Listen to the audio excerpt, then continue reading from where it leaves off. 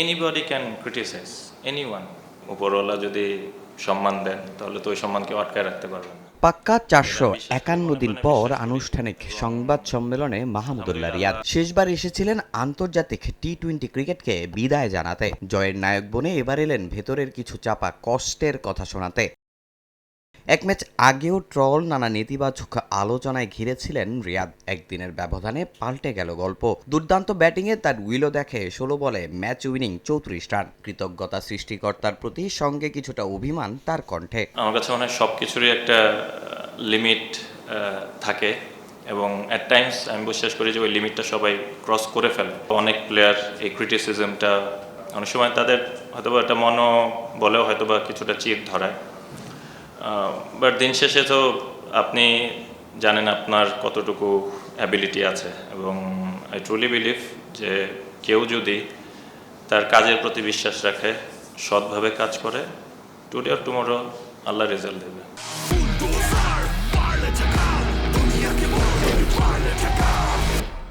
এই রিয়াদই প্রথমে অবিকৃত ছিলেন নিলামে, যাতে বড্ড অবাকই হয়েছেন বর্তমান চ্যাম্পিয়ন ফরচুন বরিশালে খেলা এই ক্রিকেটার। শেষ মুহূর্তে অপরিবর্তিত ভিত্তিমূল্যে তাকে দলে নেয় রংপুর রাইডার্স। আগের ম্যাচে হতাশা, অনেকেই বলেছিল শেষ হয়ে গেছেন সাইলেন্ট কিলার, কিন্তু রংপুর আস্থা রেখেছিল। I was really shocked because I feel last 2 years, even last 3 years, so যদি আপনি if you get the performance data graph, I think probably even a lot of national player wasn't near my stats.